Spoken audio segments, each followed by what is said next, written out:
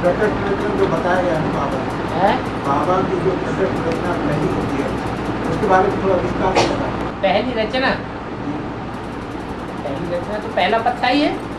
प्रकट रचना के बारे में प्रकृष्ट रचना प्रकृति है, जगदम्बा है। बाप आते हैं तो पहला पहला ब्रह्मा कौन बनता है?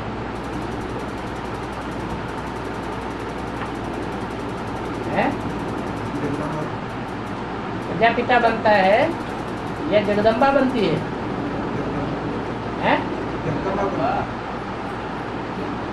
जगदम्बा पहला पहला ब्रह्मा, आदि ब्रह्मा हो गई।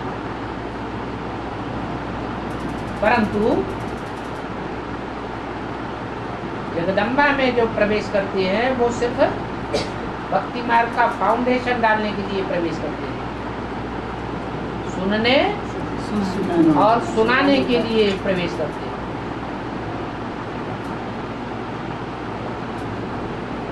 पहला ब्राह्मण बनाने के लिए प्रवेश करते हैं। तो ब्राह्मण कब बनेगा? किसके मुख से ब्राह्मण निकलते हैं? ब्रह्मा के मुख से ही ब्राह्मण निकलते हैं। तो मैं जिस मुख में प्रवेश करता हूँ उसका नाम ब्रह्म रखना पड़े। तो पहला पहला ब्रह्मा वो हुआ जिसके मुख से सुनाया गया, दादा लेखराज के साक्षात्कार में। तो जगदम्बा निमित्त बनी, वो हो गई पहला ब्रह्मा। और उससे जिसने पहले पहले सुना और सुनने के साथ समझा भी, वो हो गया प्रजापिता ब्रह्मा, ज्ञान का बीजारोपण करने वाला, ज्ञान का बीज बोने वाला। तो वो रचयिता हो गया और जगदम्बा रचना हो गई। पहली पहली रचना है लेकिन प्रकृष्ट रचना है। इतनी पावरफुल है कि माया इतनी पावरफुल नहीं है। एडवांस के बच्चों का माया बेटी कुछ नहीं बिगाड़ पाती, सब शक्तिवान होते हुए भी कुछ नहीं बिगाड़ पाती। थक जाती है, तंग हो जाती है। आखिरी माया को किसका आसरा लेना पड़ता है? किससे हाथ मिलाती है? प्रकृति से हाथ मिलाती है। तो ज्यादा पावरफुल कौन हुआ? है प्रकृति ज्यादा पावरफुल। परंतु जड़त्व तो वही बुद्धि है। बुद्धि कैसी है? जड़ बुद्धि है। बाप को पहचानने वाला ज्यादा चैतन्य बुद्धि कहा जाता है, या पहचान करके मान करके सहयोग दे करके जीवन में साथ निभा करके फिर बाद में भूल जाए, ना माने, उसे चैतन्य बुद्धि कहेंगे। माया प्रकृति को भी बुद्धू बना देती है, प्रकृति से भी ज्यादा पावरफुल। अपने ऑन नहीं किया। सारी सृष्टि का विनाश किसके द्वारा होता है? प्रकृति के द्वारा सारी सृष्टि का विनाश होता है। माया तो 2500 साल से अपना काम करती चली आई। माया का विस्तार होता जाता है लेकिन सृष्टि का विनाश नहीं होता। ये प्रकृति इतनी पावरफुल है जो बाप का काम कर देती है, और बाप का काम है ही पुरानी दुनिया का विनाश, सद्धर्म की स्थापना। धर्म की स्थापना करना ये तो कोई बड़ी बात नहीं, वो तो सभी धर्म पिताओं ने आकर के धर्म की स्थापना की है। परंतु वो धर्म पिताएं क्या नहीं कर सके? पुरानी दुनिया का, पुरानी परंपराओं का, पुरानी चलन का कोई विनाश नहीं कर सके, पुराने धर्मों का कोई विनाश नहीं कर सके।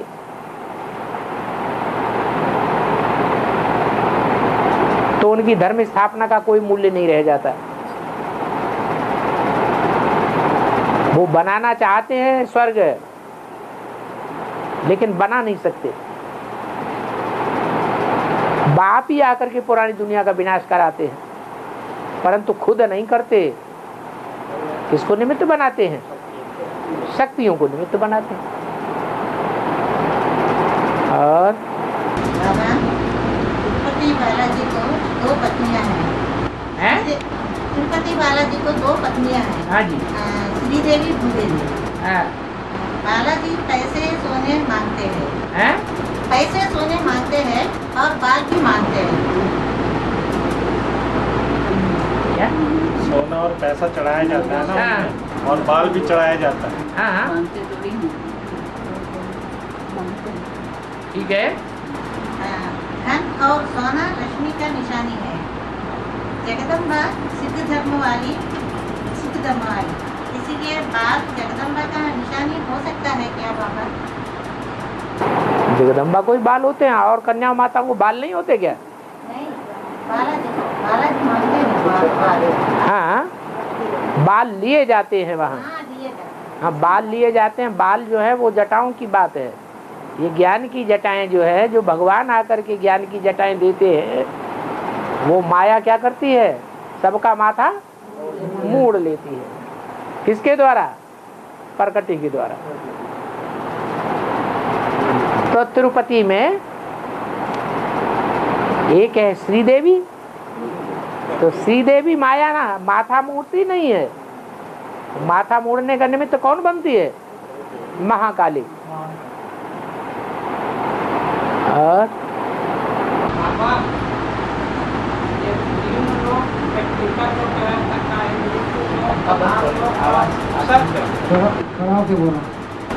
मृत्यु लोक, पाताल लोक और सत्य लोक, ये 3 लोक प्रैक्टिकल में सत्युग त्रेता स्वर्ग लोक, द्वापर कलयुग पृथ्वी लोक। कलयुग का अंतिम समय में जब अमेरिका, ऑस्ट्रेलिया, यूरोप वगैरह में शान शौकत बहुत बढ़ जाती है, तो वो पाताल लोक है। कलयुग का जो अंतिम चरण है तमो प्रधान, वो ही पाताल लोक है। जब एटम बम बनना शुरू हो जाते हैं, असुर देव आत्माओं को बहुत दुख देना शुरू कर देते हैं। और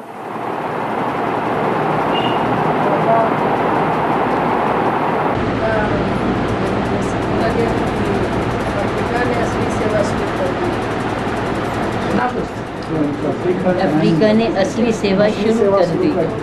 अफ्रीका ने असली सेवा शुरू कर दी। अपनी ग्लानि अफ्रीका ने असली सेवा शुरू कर दी है। तो कैसी सेवा? जो सेवा वास्तव में पवित्रता को स्थापन करने वाली सेवा है, एक बाप का इशारा देने वाली सेवा है, वो अफ्रीका ने शुरू की है।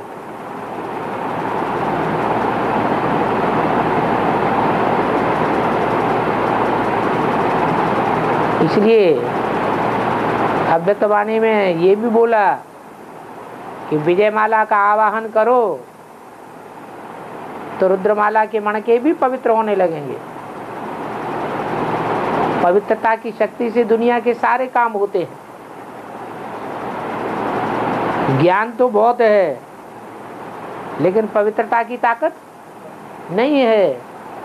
तो पवित्रता की स्थापना जब तक नहीं हुई है बुद्धि में, तब तक नई दुनिया की स्थापना नहीं हो सकती।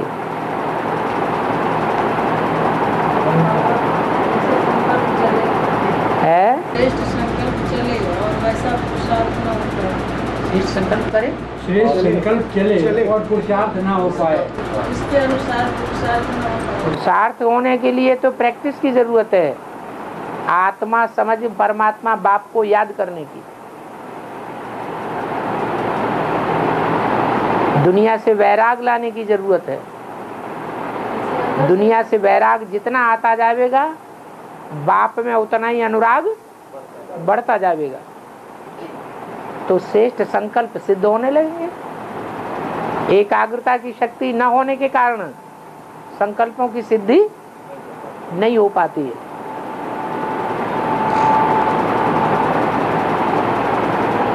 और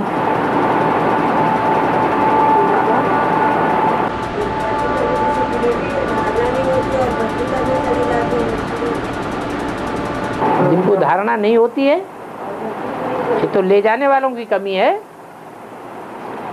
ले जाने वालों को ठोक बजा के ले जाना चाहिए कि पक्की धारणा है या भूत प्रेत है।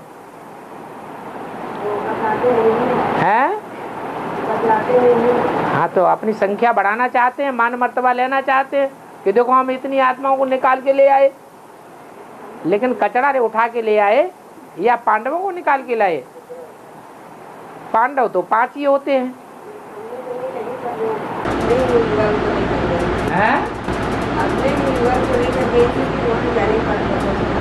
ये देखना चाहिए ना, ये परख शक्ति पहले से होना चाहिए कि बाप को पहचाना है या नहीं पहचाना है। जिसने पहचाना होगा वो तो कुछ भी करने के लिए तैयार हो जाएगा। बाप को पहचानते हैं तो पवित्र रहने के लिए भी प्रतिज्ञा पत्र लिख देते हैं। पवित्र रहना भी शुरू कर देते हैं। और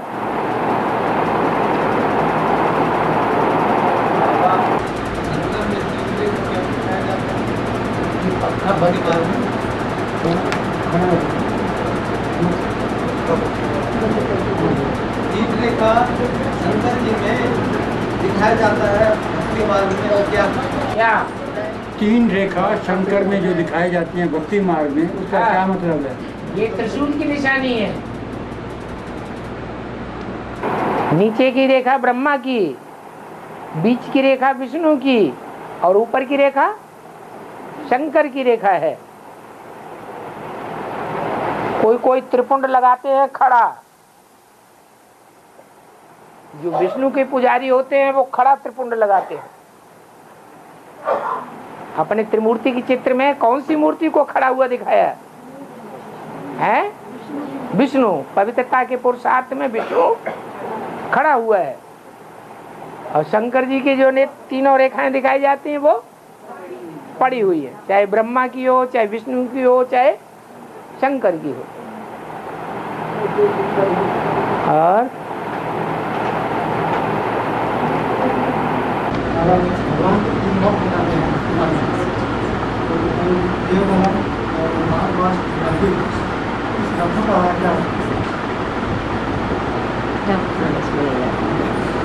किसी ने समझा नहीं, फिर बोल के बताओ। तीन रस बताते हैं।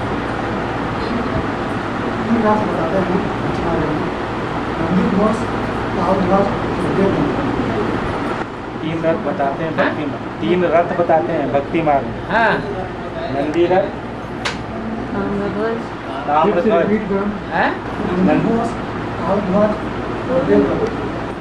नंदी घोष, ताम्रध्वज, देवगण।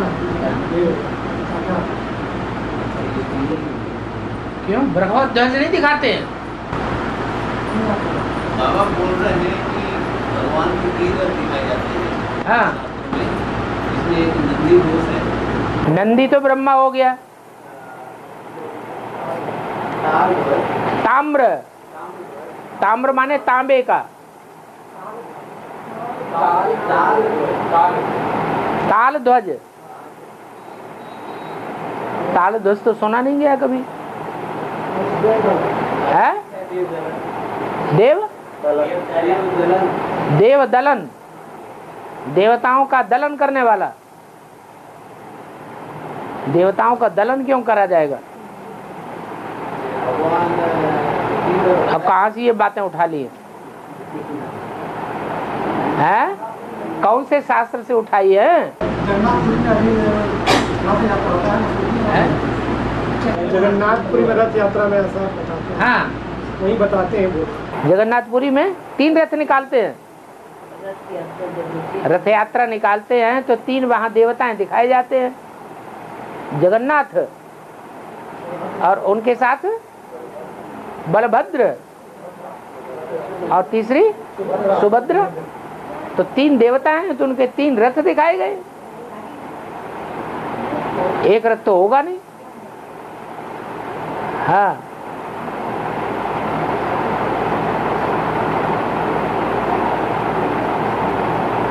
और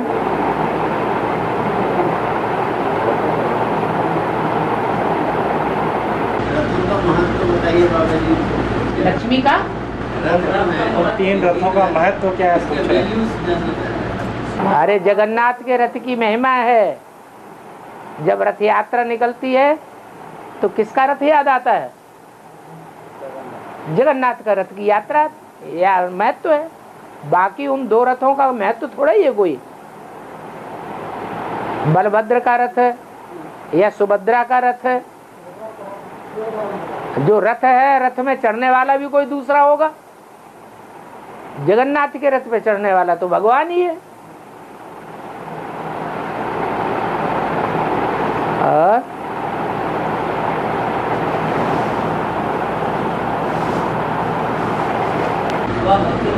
राम का जन्म अयोध्या बताता है। अयोध्या मतलब क्या होता है? जहाँ युद्ध ना होता हो, खून खराबा ना होता हो, वो अयोध्या ही राम की जन्मभूमि है। तीनों जो प्रसिद्ध देवताएं हैं उन तीनों का स्थान भगवान के रूप में भारत में ही दिखाते हैं। शंकर का भी दिखाएंगे विश्वनाथ के रूप में, काशी विश्वनाथ।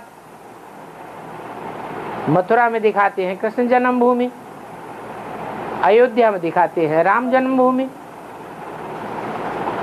तीनों का अपना अलग अलग महत्व है।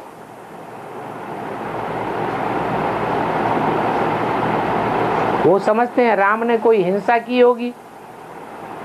अरे उनका तो अहिंसा से ही जन्म है, उनकी प्रत्यक्षता ही अहिंसा से होती है, तो हिंसा कैसे करेंगे?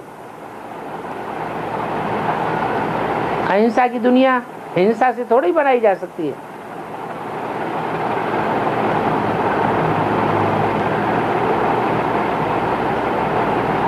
और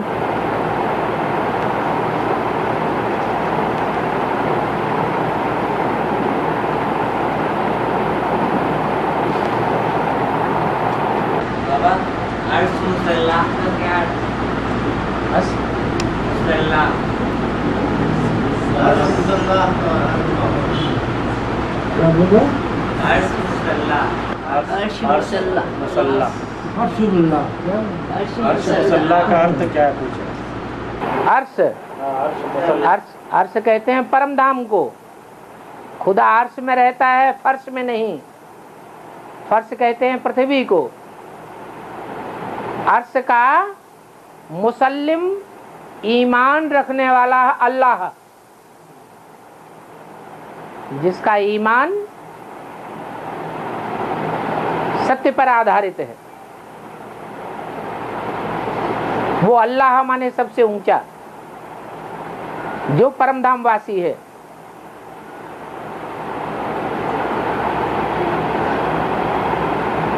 वो अर्श का वासी है।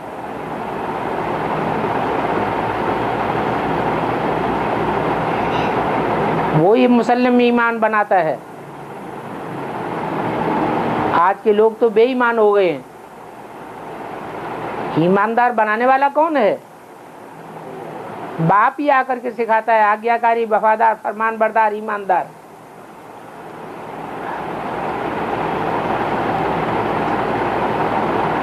और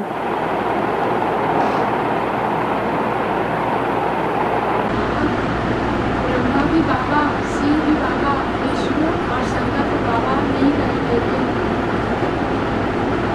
ब्रह्मा तो बुढ़ा है इसलिए बाबा है, और शिव तो वास्तव में सबका बाबा है। वो बापों का बाप है। जो धर्म पिताएं हैं उनका भी बाप है, इसलिए वो हमारा बाबा है। असली बाबा शिव बाबा। ब्रह्मा बाबा तो बूढ़े होने की वजह से बाबा कह दिया। और तीसरा विष्णु तो चाचा है, क्या बाप का छोटा भाई है। और शंकर तो ताऊ है, वो बाप का भी बड़ा भाई, ब्रह्मा का भी बड़ा भाई है। और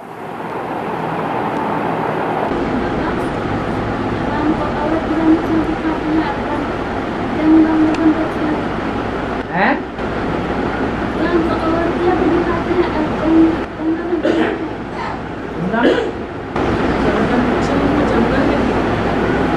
राम को जंगल में दिखाते हैं। हाँ।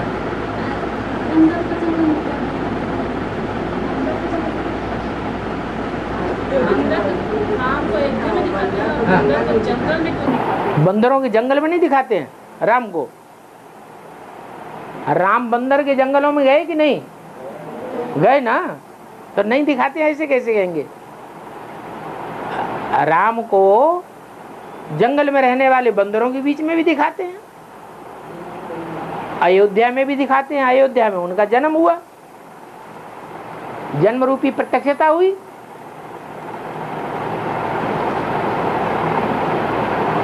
सबने हिंसा की होगी, उन्होंने हिंसा नहीं की होगी। तो ऐसी जो प्रत्यक्षता होगी उसे अयोध्या में जन्म लेने वाला बना दिया। देह अभिमान से होती है हिंसा और आत्माभिमान से होती है अहिंसा। और विज्ञान को बाबा ने बोला है विशेष ज्ञान है? विज्ञान का मीनिंग बाबा ने विशेष ज्ञान बताया था। है जी। तो अभी विज्ञान के चमत्कार सामने आ रहे हैं बाबा, जैसे वैज्ञानिक घोषणा भी करते जा रहे हैं। हाँ। उनमें तो एक तो सबसे पहले अभी एक नया रिसर्च हुआ है, उसने ये बताया कि गॉड पार्टिकल के रूप में ओजोन पार्टिकल है करके, भगवान कुछ होता नहीं है करके वैज्ञानिकों का पता लगा। भगवान होता नहीं है, कुछ भी भगवान नहीं है, कोई देवता नहीं है, ऐसा वैज्ञानिकों ने दावा करते हुए। अब विज्ञान दावा करते हैं, वहाँ बड़मूला ट्रेंगल में जाके क्यों नहीं दावा करते हैं? वहां से क्यों कतरा के गुजर जाते हैं? अगर उनमें भगवान की भगवती बैठी हुई है, उनमें बुद्धि ज्यादा है, तो वहां से कतरा के क्यों निकलते हैं? जहाजों को, पानी के जहाजों को, हवाई जहाजों को, पनडुब्बियों को वहां क्यों नहीं ले जाते? भूत प्रेतों से कतराते रहते हैं और भगवान को मानते नहीं। और दूसरी तरफ में अभी आत्मा को भी उन्होंने नेग्लेक्ट किया है बाबा। अभी क्या, वो तो हमेशा से नेग्लेक्ट करते आए हैं। अब पृथ्वी विनाश के, धरणी जो है पूरा संसार विनाश के कगार पे है। हम एंथ्रोपोसेन युग में प्रवेश कर चुके हैं। इस बात को बोल के साबित करके तो वो हमारा भी सहयोग कर रहे हैं। हमारे को क्या सहयोग कर रहे हैं? सृष्टि का विनाश होने वाला है। सृष्टि का विनाश होने वाला, तो विनाश को कौन मानेगा जब तक तुम नई दुनिया की स्थापना को नहीं दिखाओगे? वो तो बोल रहे हैं कि अभी यानी मानव जाति, तो नई दुनिया के बारे में उन्हें कुछ पता है? 300 वर्ष की बात बता रहे हैं। नहीं, अभी जो बता रहा है नहीं, वो तो ठीक है। वो उनका कहना है कि सूर्य लगातार तपता जा रहा है, सूर्य की गर्मी बढ़ती जा रही है, तो उत्तरी ध्रुव और दक्षिणी ध्रुव पर जो जमे हुए मीलों ऊंचे पहाड़ हैं वो सब पिघल रहे हैं, फट रहे हैं, और वो फट करके उनका जो ये बर्फ का जो शिलाखंड है वो समंदर में आकर के बह के आ जाएंगे, तो समंदर का स्तर बहुत ऊंचा चला जाएगा। उससे सारी पृथ्वी जो है वो पानी से डूब जाएगी। वो तो ठीक बात है, लेकिन इसके साथ साथ जब तक वो नई दुनिया की स्थापना की बात नहीं बतावेंगे, विनाश की बात बताते रहेंगे। तो जैसे ब्रह्मा कुमारियां विनाश होने वाला, विनाश होने वाला, विनाश होने वाला, ये साबित करके नहीं दिखा रहे हैं कि नई दुनिया कैसे बनेगी, कृष्ण का जन्म कैसे होगा, बच्चों का जन्म कैसे होगा नई दुनिया में, वो नहीं बता पाती। वो तो मानव जाति का अस्तित्व समाप्त हो जाएगा, मानव जाति का अस्तित्व ही समाप्त हो जाएगा। तो उनके बोलने से कोई मान लेगा? तुम मान लो, तुम सुनो बैठ के। तो फिर बोलते काहे के लिए भरी सभा में? तुम्हें प्रभाव पड़ा है तभी तो बोल रहे हो। क्यों पूछ रहे हो? अरे ऐरा गहरा नत्थु खैरा की बातें हम सुनते भी नहीं। हम बिना प्रूफ और प्रमाण की कोई बात मानते भी नहीं। इतना मान लिया कि वो जो कहते हैं कि शिलाखंड पिघलेंगे, टूटेंगे, विस्फोटित होंगे और उनका पानी जो है वो समुद्र में स्तर को बढ़ा देगा, तो इस बात को हम मानते हैं। बाकी सारी दुनिया डूब जाएगी। जो हिमालय पहाड़ है, उस हिमालय पहाड़ पर जो ऊंची ऊंची चोटियां हैं वो डूब जाएंगी, ये बात कैसे मान लें? नहीं तो मैं ये सब मैं बता रहा हूँ, लेकिन मैं पूछना चाह रहा हूँ। हाँ। तो बाबा ने जैसे बोल के रखा हुआ है कि बाहर की दुनिया में जो भी घटनाएं घटित होती है वो हम सूक्ष्म हम विद्युतों के संकल्पों से उठने के बाद ही चलती है। तो बाबा ने जो कुछ बताया वो बातें धीरे धीरे विज्ञान में साबित होती जाएंगी। आगे चल करके विज्ञान तो क्या, भूगोल हो, इतिहासवेत्ता हो, पामिस्ट्री जानने वाले हो, भविष्यवेत्ता हो, वो सब का ज्ञान यही बताएगा कि भगवान का ज्ञान सच्चा है। सब एक बिंदु पर आकर के टिकेंगे, तभी भगवान का ज्ञान सच्चा साबित होगा। अभी ऐसा क्या हुआ है बाबा जिसकी वजह से ये बाहर की दुनिया में इतना हलचल मच गया है? मैं ये अभी तुम्हारा प्रभाव नहीं बढ़ रहा है। तुम्हारी याद की प्रैक्टिस बढ़ रही है, घट रही है?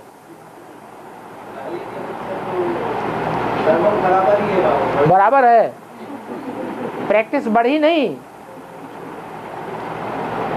याद की प्रैक्टिस बढ़ नहीं रही है, हैं? उसको कह नहीं सकते याद के तरीके में बदलाव आ गया, लेकिन पहले खींच के याद करना पड़ता था। अच्छा, जो खींच के याद करना पड़ेगा और जो सहज याद करना पड़ेगा, उसमें ज्यादा टिकाव किसमें होगा? है? सहज याद में टिकाव हो जाएगा। तो हमारी अवस्था बढ़ रही है तो दुनिया में उसकी प्रत्यक्षता हो रही है। हमारी जब अवस्था संपूर्ण बन जाएगी तो सारी दुनिया में प्रत्यक्षता हो जाएगी। और याद के लिए हुजूम में बैठना जरूरी है। याद करने के लिए, याद के लिए बाबा को याद करना है तो हुजूम में बैठना जरूरी है। हुजूम समूह में अच्छी बात है। अगर एकाग्र होकर के सभी बैठे हैं तो वो अवस्था ज्यादा काम करेगी। संघौ शक्ति कलौ युगे, एक धागा जल्दी टूट जाएगा। अनेक स्मृति के धागे मिला के बैठेंगे तो रस्सा बन जाएगा, उसको माया नहीं तोड़ पाएगी।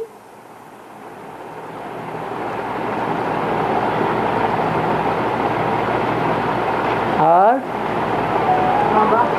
इस्लाम धर्म वाले जो हैं वो संगम युग में अपनी देह भान खलास नहीं कर पाते हैं, इसलिए संगम युग में अपना देह भान पूरा खलास नहीं कर पाते हैं, इसलिए वो दफन करते हैं, जलाते नहीं हैं हिंदुओं की तरह।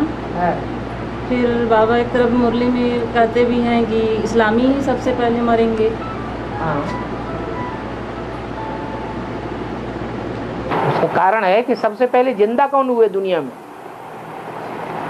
सबसे पहले दुनिया में विदेशी कौमों में कौन सी कौम आई? जो पहले आए वो पहले मरेंगे।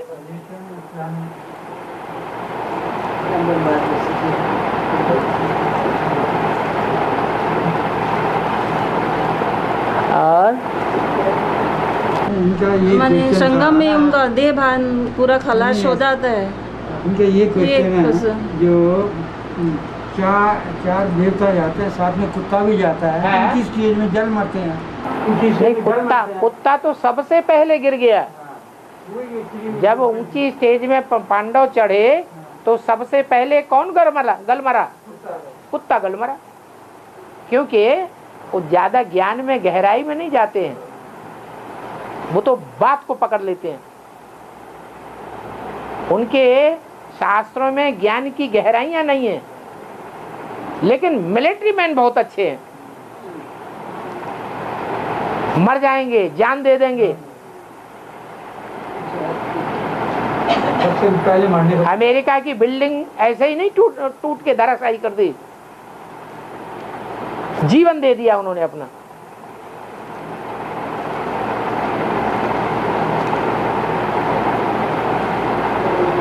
ऐसी मर मिटने की जो लागत है वो और कोई कौम में है ही नहीं।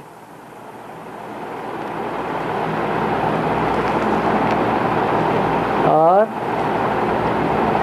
लेकिन शास्त्रों में तो कुत्ता भी युधिष्ठिर के साथ में गया, ऐसा बताया गया। शास्त्रों क्या बताया? कुत्ता भी युधिष्ठिर के साथ गया तो, लेकिन मरा पहले कौन और जीते जी कौन गया? जीते जी युधिष्ठिर गया। जीते जी मरने वालों में अव्वल निकला युधिष्ठिर, और सबसे पहले मरा कुत्ता, फिर द्रौपदी, फिर नंबरवार और छोटे छोटे पांडव और बड़े पांडव।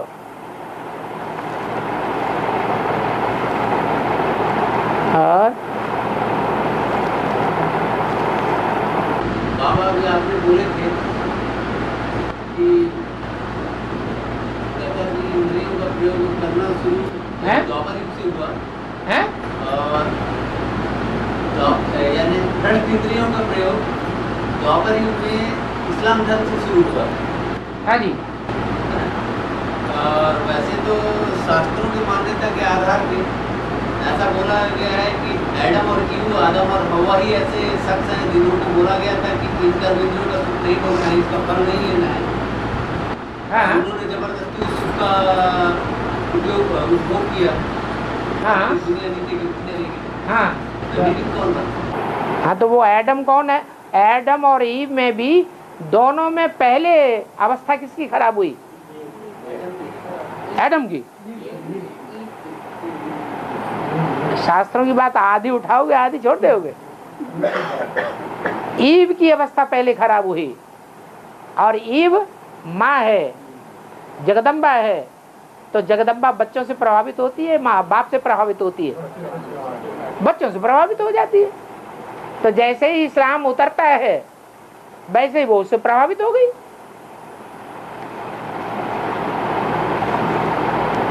और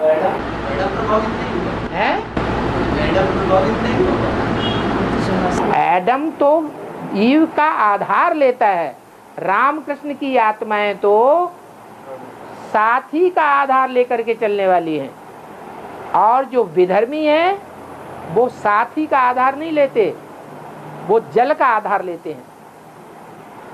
और जीव जंतु हैं वो जल के आधार पर अपना प्रभाव कायम करते हैं, कच्छ मच्छ अवतार। और रामकृष्ण के अवतार वो किसका आधार लेते हैं? धरणी का आधार लेते हैं। तो उनको तो धरणी का आधार लेना ही लेना है, गिरना ही है।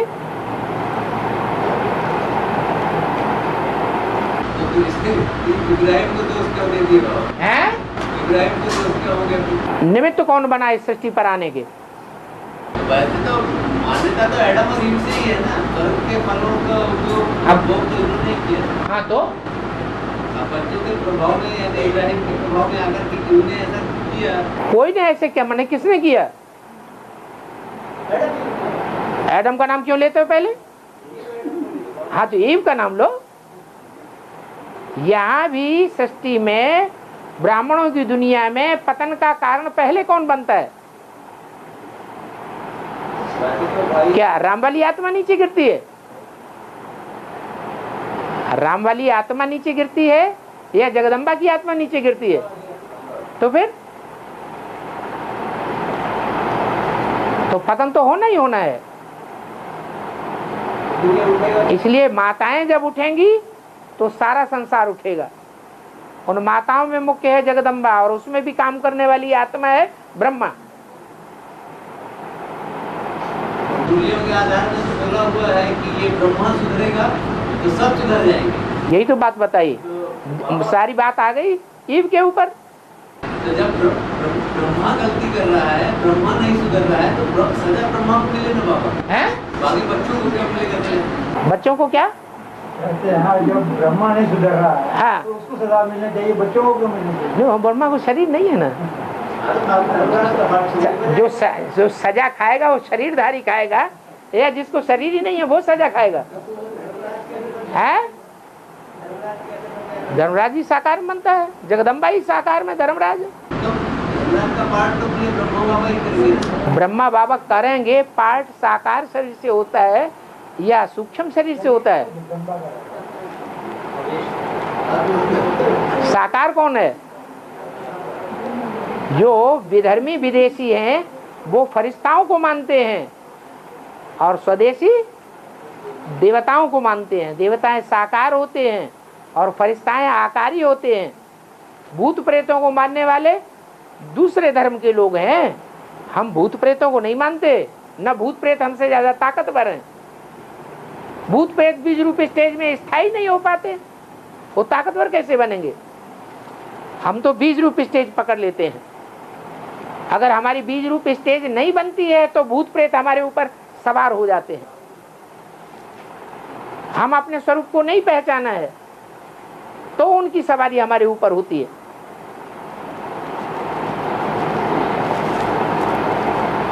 नहीं तो हमसे ज्यादा पावरफुल दुनिया में कोई धर्म की कौम नहीं है।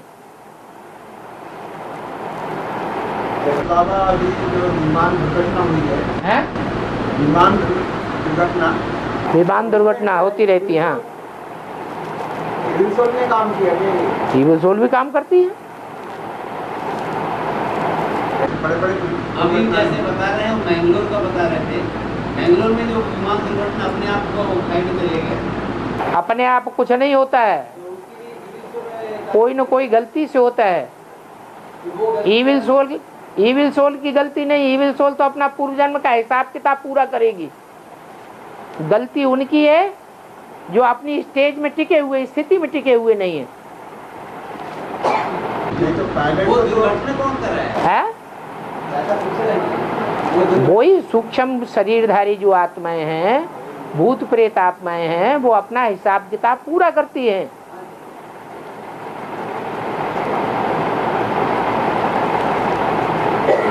हम ब्राह्मणों में भी भूत प्रेत प्रवेश कर रहे हैं। आगे चल के 14 आत्माएं भी प्रवेश कर जाएंगी। एक एक रुद्राक्ष के मणके में 14 मुख होते हैं। तो ये शरीर छोड़ने के बाद ही तो प्रवेश करेगी बाबा। शरीर छोड़ने के बाद किसमें प्रवेश करेगी? हाँ, शरीर छोड़ने के बाद किसमें प्रवेश करेगी? जो उनका दूसरा घोड़ा होगा उसमें प्रवेश करेगी, नहीं होगा तो नहीं करेगी। शरीर छूट गया फिर तो प्रवेश करने की बात ही नहीं। नहीं, वो तो जो शरीर छोड़ेंगे वही तो प्रवेश करेंगे ना। जो शरीर अचानक मौत में छोड़ते हैं वो प्रवेश करते हैं, और अचानक मौत होते हुए भी उनकी मेंटलिटी देखी जाती है। युद्ध में लड़ते लड़ते अचानक शरीर छूट गया, गर्दन काट दी, क्या वो भूत प्रेत बनेंगे? उनकी तो शुद्ध भावना है, वो तो बढ़िया जन्म लेंगे, देश के लिए मिटे हैं, श्रेष्ठ भावना है। वो भूत प्रेत नहीं बन सकते। जिनकी मेंटलिटी खराब होती है वो भूत प्रेत बनते हैं। अंतमते सो गते। उनका सूक्ष्म शरीर तो होगा बाबा, हैं? उनका सूक्ष्म शरीर तो होगा ना, चिंता जो गर्दन कट जाती है। हाँ, युद्ध में लड़ते लड़ते जिनकी गर्दन कट गई तो सूक्ष्म शरीर उनको नहीं मिलेगा, है? उनको जन्म मिलेगा। हाँ, अच्छे घर में जन्म मिलेगा। इसलिए मान्यता है कि जो युद्ध में लड़ते लड़ते प्राण छोड़ते हैं स्वर्ग में जाते हैं। स्वर्ग तो अभी है नहीं, हाँ, सुख के परिवार में, सुखी परिवार में जन्म लेते हैं। और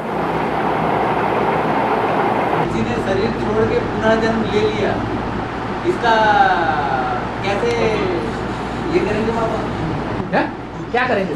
जैसे शरीर छोड़ दिया, इसका पुनर्जन्म हुआ, हाँ, यानी कैसे साबित किया जा सकता है? वो तो जब किसी में प्रवेश करके अपना पार्ट बजाएगी तभी पता चलेगा। शरीर छोड़ के सब कोई जन्म नहीं ले लेता। एडवांस की कोई आत्मा शरीर छोड़ती है तो उनका भक्ति मार्ग का कोई न कोई संस्कार 100% पक जाता है, तब शरीर छोड़ती है। अगर अचानक मौत हुई है तो शरीर सूक्ष्म शरीर लेगा थोड़े समय के लिए, क्योंकि रुद्रमाला का मण का है, इसलिए उनको शरीर तो लेना ही लेना है। वो जन्म लेंगे कैसे है उन्होंने जन्म ले लिया या नहीं लिया? वो तो जब पार्ट बजावे तभी तो पता चलेगा। ब्रह्मा बाबा शरीर छोड़ के गुलजार दादी में प्रवेश करे तभी तो पता चलेगा, पहले से कैसे पता चल जाएगा? बहुत भूत प्रेत ऐसे भी हैं जो प्रवेश कर जाते हैं, कहते हैं मैं चंडिका हूँ, मैं ये देवी हूँ, मैं वो देवता हूँ, तो थोड़े समय तक उनकी पोल पट्टी नहीं खुलती है। अभी भगवान आ गया तो सबकी पोल पट्टी खुल गई। ये कोई भी देवता नहीं है, तो सारे ही भूत प्रेत हैं। एडवांस की आत्मा का तो कुछ विशेष कार्य होना चाहिए ना बाबा? हाँ, तो विशेष कार्य यही है कि थोड़े समय के लिए सूक्ष्म शरीर मिलेगा। ब्रह्मा बाबा को तो हमेशा के लिए सूक्ष्म शरीर हो गया। सूक्ष्म शरीर के बाद शरीर तो मिलेगा ही, ये बात तो निश्चित है, लेकिन तो अपना शरीर कहाँ मिला ब्रह्मा को? मैं ब्रह्मा की बात थोड़ी कर रहा हूँ। तो ऐसे ही दो अंतर हो गया ना, रुद्रमाला के मणकों में, एडवांस वालों में और ब्रह्मा जैसी आत्माओं में ये अंतर हो गया। ब्रह्मा जैसी आत्माएं जो अब शरीर छोड़ रही हैं, ब्रह्मा कुमार कुमारी, वो शरीर छोड़ने के बाद दूसरा शरीर जन्म नहीं लेंगी। और हम ब्राह्मण बच्चे, हम अगर शरीर छोड़ेंगे भी अचानक तो हमको जन्म लेना ही लेना है, भले थोड़े समय के लिए सूक्ष्म शरीर से पार्ट बजाना पड़े।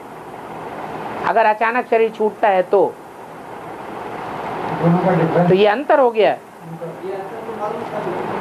वो तो पार्ट बजाएगा तभी पता चलेगा ना अंतर। मैं ये जानना चाह रहा हूँ, जैसे एडवांस की आत्मा है, थोड़े समय के लिए सूक्ष्म में अपना पार्ट बजाएगी, फिर जाकर के जन्म ले लेगी, तो उस आत्मा को कैसे, जैसे भी जिस समय जन्म लेगी उस समय वो अपने कर्तव्य से बताएगी कि मैंने कब जन्म लिया और उससे पहले क्या पार्ट बजाया। अंत में सबके पार्ट खुल जाएंगे।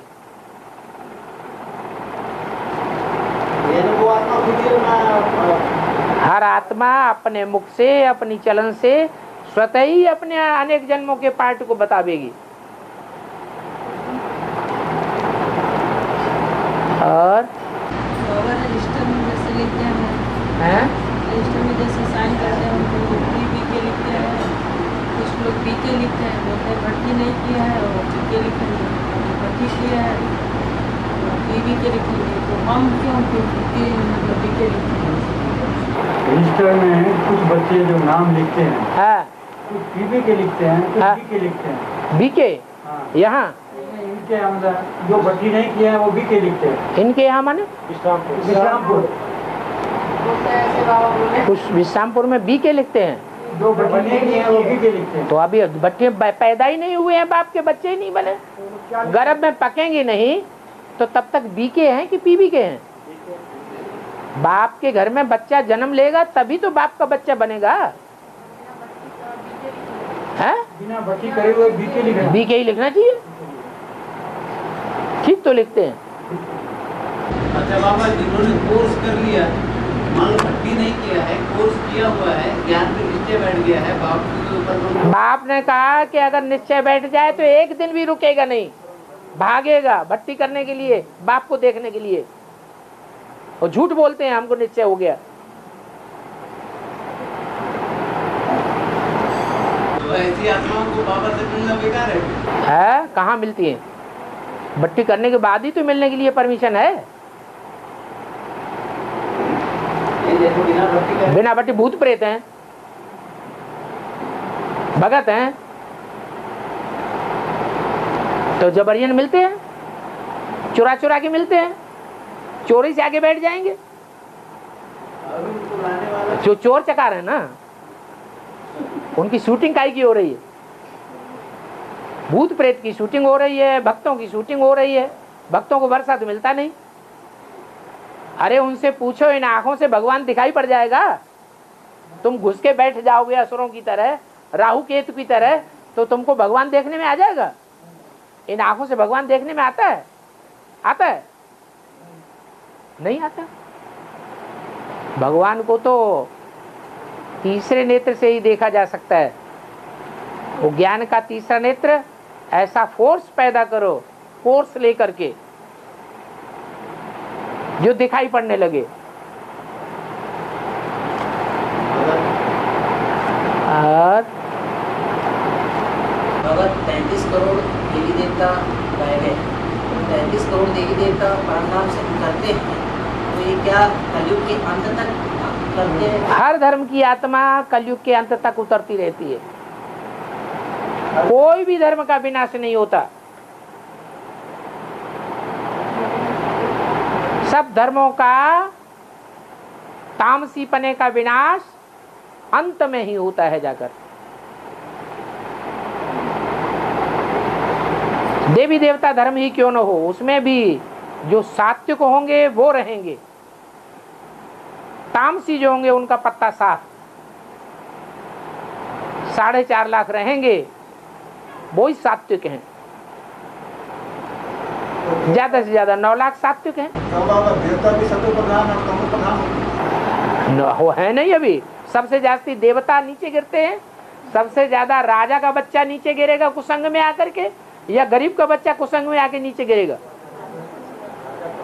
जिसमें ज्यादा ताकत है, जिसके खून में, वो ज्यादा नीचे गिरेगा। जैसे कलयुग में कई भूत प्रेत आत्माएं किसी के शरीर में प्रवेश करके और अपने आप को देवी या देवता बताती हैं, तो ये भूत प्रेत आत्माएं जो कलयुग के अंत में यानी वर्तमान में किसी में प्रवेश होकर के अपनी को देवता बताती हैं वो आत्माएं, तो वास्तविक आत्माएं कलयुग की देवता हैं या मतलब कौन सी आत्माएं? वो देवता ही नहीं, दूसरे धर्म के होते हैं, वो ही बेधर्मी बनते हैं प्रवेश करने वाले। चंद्रवंश से लेकर के और इस्लाम वंश या दूसरे वंश वाले, वो गिरती कला वाले जो हैं, सूर्यवंशी थोड़े ही भूत प्रेत बनते हैं।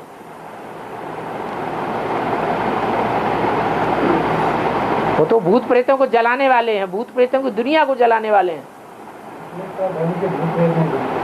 जो पक्के देवी देवता धर्म के हैं वो 4.5 लाख, वो तो भूत प्रेतों की दुनिया को खत्म करने वाले हैं। उनको भटकना नहीं पड़ता है। भटकना कहाँ नहीं पड़ता है? कलयुग के अंत सूक्ष्म बदन में भटकना तो नहीं पड़ता है। वो देवी देवताओं को जो सतो प्रधान है, अभी है सतो प्रधान, जब बाप आते हैं तब वो तो सबसे जास्ती तमो प्रधान बनते हैं, जीते जागते भूत बन जाते हैं। शरीर छोड़ने के बाद भटकती तो नहीं, ये मतलब है।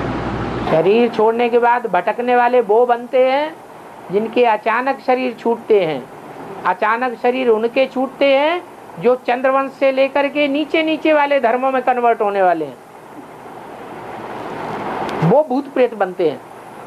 दूसरे धर्म की आत्माएं भूत प्रेत बनती हैं जो पूरा ज्ञान नहीं उठाती, इसलिए कुकर्म करती हैं। जो पूरा ज्ञान उठाने वाले हैं पहले जन्म के, वो तो ज्ञानी तू आत्मा है। पहले जन्म की प्रजा की भी कोई खसूसियत होती है जो और धर्म की प्रजाओं में नहीं होती है। उनकी यही खसूसियत है कि उनके कर्म ऐसे श्रेष्ठ हैं कि उनको भूत प्रेत नहीं बनना पड़ता है। ब्रह्मा बाबा को भी भूत प्रेत बनना पड़ता है, सूक्ष्म शरीर धारण करना पड़ता है। उनको तो भूत प्रेत नहीं बोलेंगे ना बाबा, क्योंकि बुद्धि योग से शिव बाबा के साथ में है। कौन? ब्रह्मा बाबा। शिव बाबा के साथ में, फिर तो गुलजार दादी में शिव बाबा आ गया। नहीं क्या क्या ब्रह्मा बाबा हम बच्चों के मुकाबले बुद्धि योग में शिव बाबा के साथ, बुद्धि योग से हैं।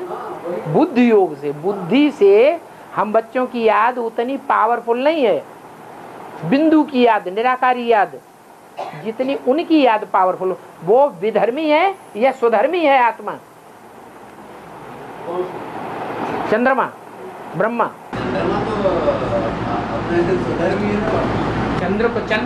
चंद्रमा को, चंद्रवंशियों को स्वधर्मी कहेंगे? तुम सूर्य के बच्चे हो या चंद्रमा के बच्चे हो? है? अच्छा क्या सूर्य के हैं? चंद्रमा को विदर्भ भी कह सकते हैं, विदर्भ भी कह सकते हैं। अरे राधा दूसरे वंश से आएगी या सूर्य वंश से आएगी? है? क्यों? विदर्भी को कैसे? विदर्भी दूसरे नीच कुल की लड़की जो है वो ऊंच कुल के लड़के से शादी नहीं करती? करती है। कैसे अपनाने की क्या बात है? जो नीच कुल के होते हैं उनको ही शरण लेनी पड़ती है। शरण परी मैं तेरे, जैसे चलाओगे वैसे चलूंगी।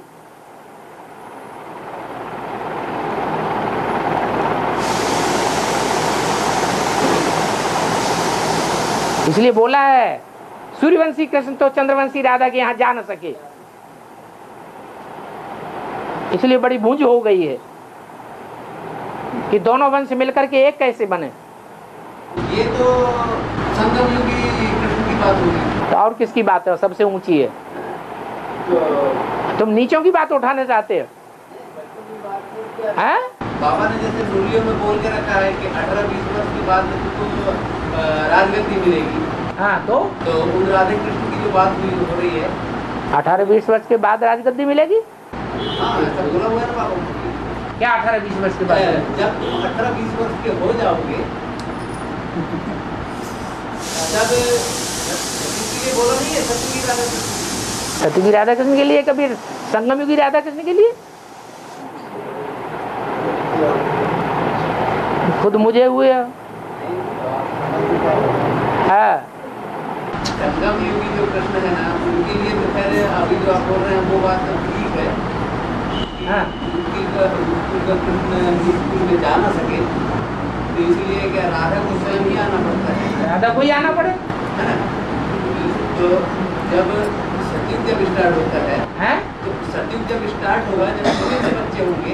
अरे सतयुग तो नीचा युग है, नीचे युग की बात ही क्यों याद करना? हम तो ऊंचते ऊंच कुल के और ऊंच युग के आदमी हैं। हमसे ज्यादा ऊंच तो पार्ट कोई बजा ही नहीं सकता।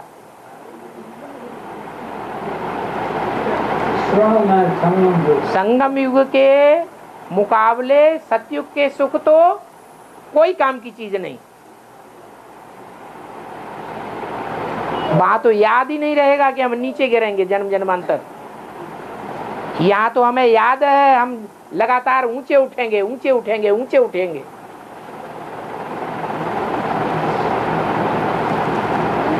तो फिर वो राधा कृष्ण का जन्म कब होगा बाबा? कौन से राधा कृष्ण?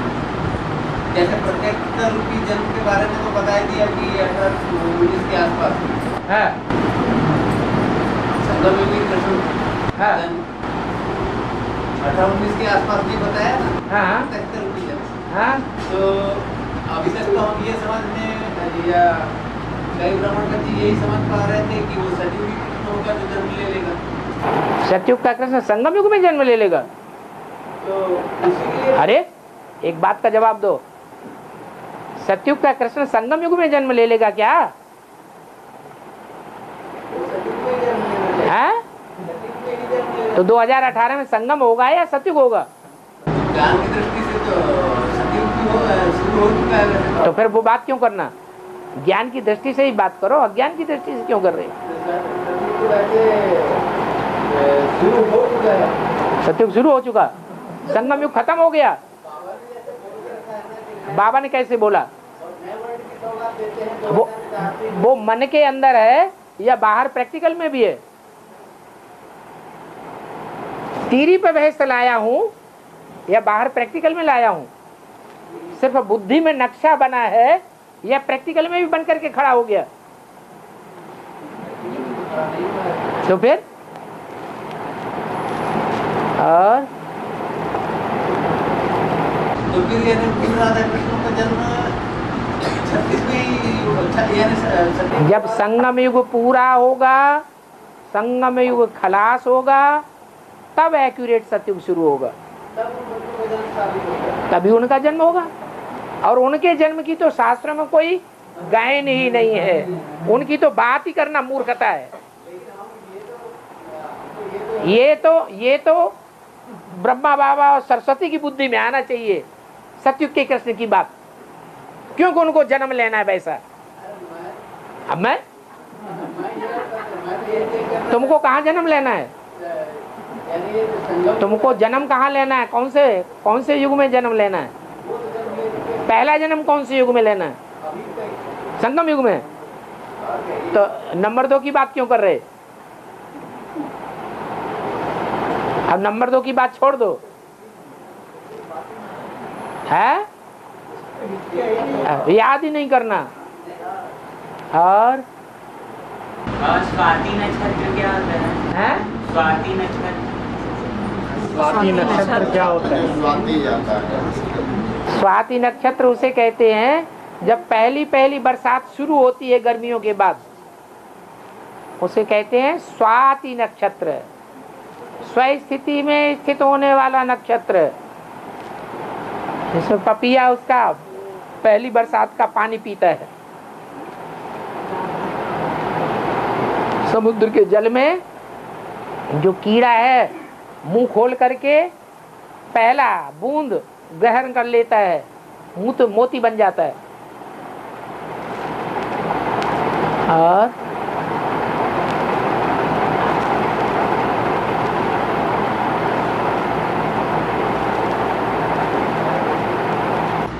सीढ़ी में बाबा ने बोला कि पेड़ भी बोलते नहीं है। हवा चलती है तो पत्ते आपस में रगड़ते हैं, बोलते नहीं। बोलते चालते को चैतन्य कहा जाता है।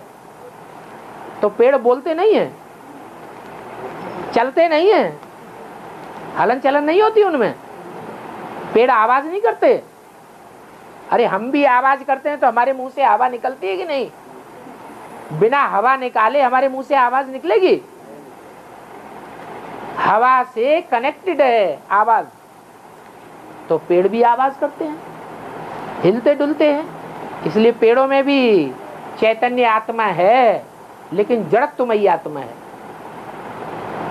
जब विनाश होगा तो पेड़ पौधे सब खत्म हो जाएंगे।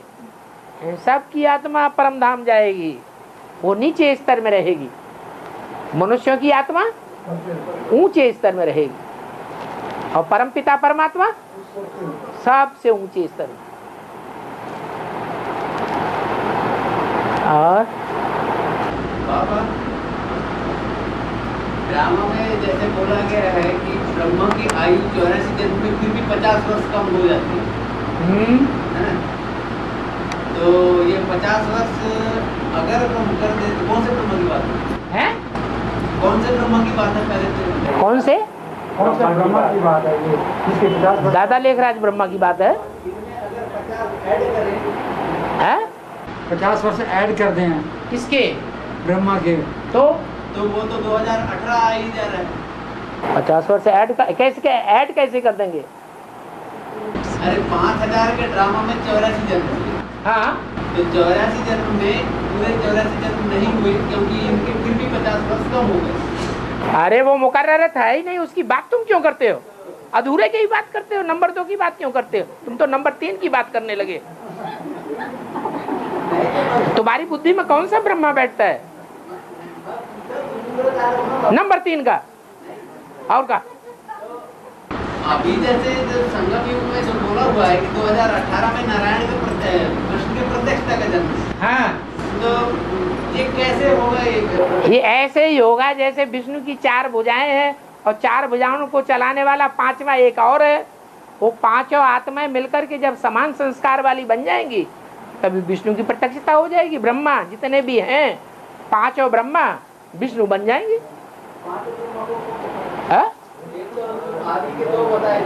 आदि के 2 बताए, हाँ, और बाद के 2 बताए। बाद के 2 में एक तो आप हो गए। आप हो गए, हम कह रहे आप हो गए।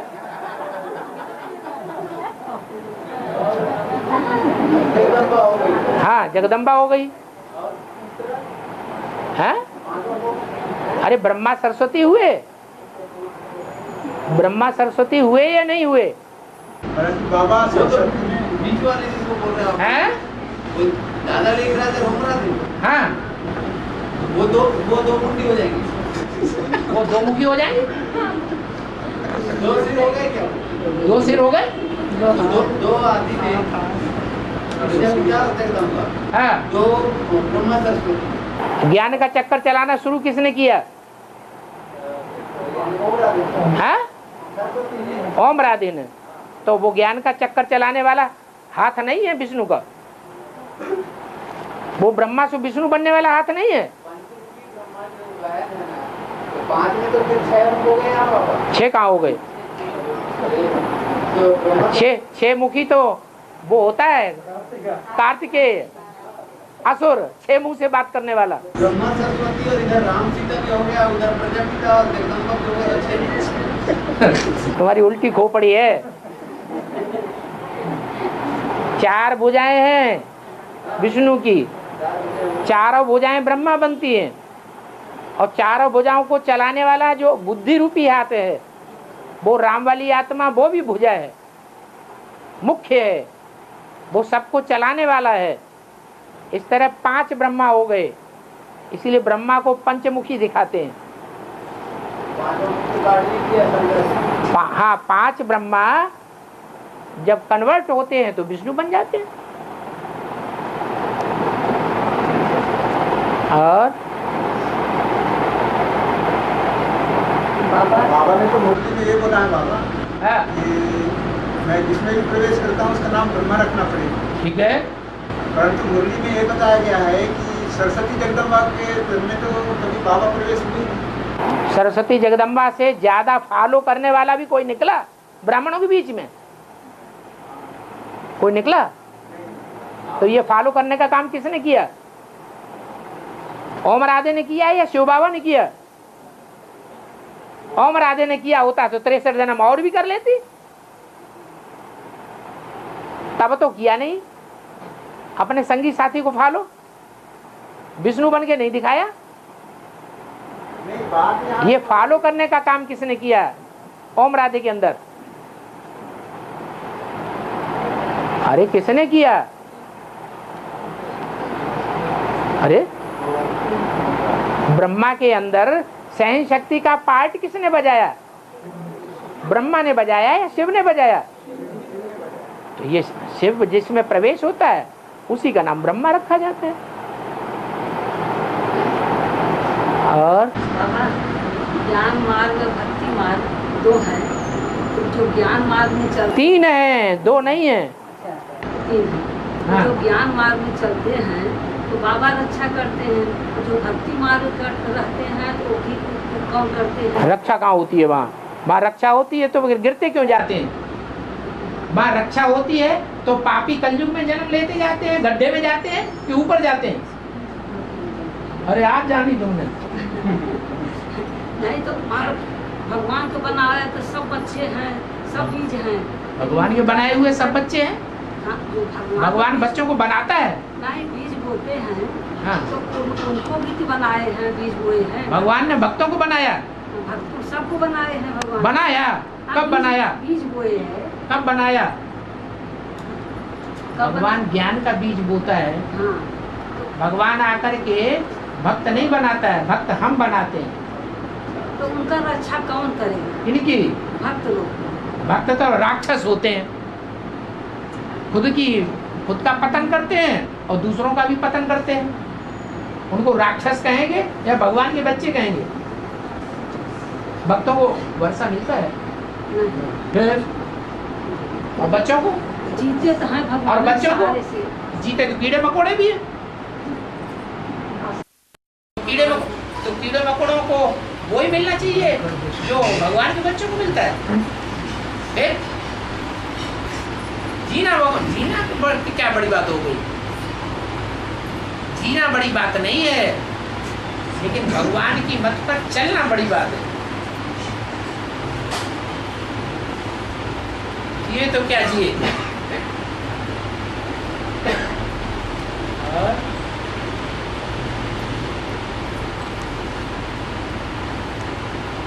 तो माता जी भक्तों की वकालत कर रही है, भगवान ज्ञानियों की वकालत करता है।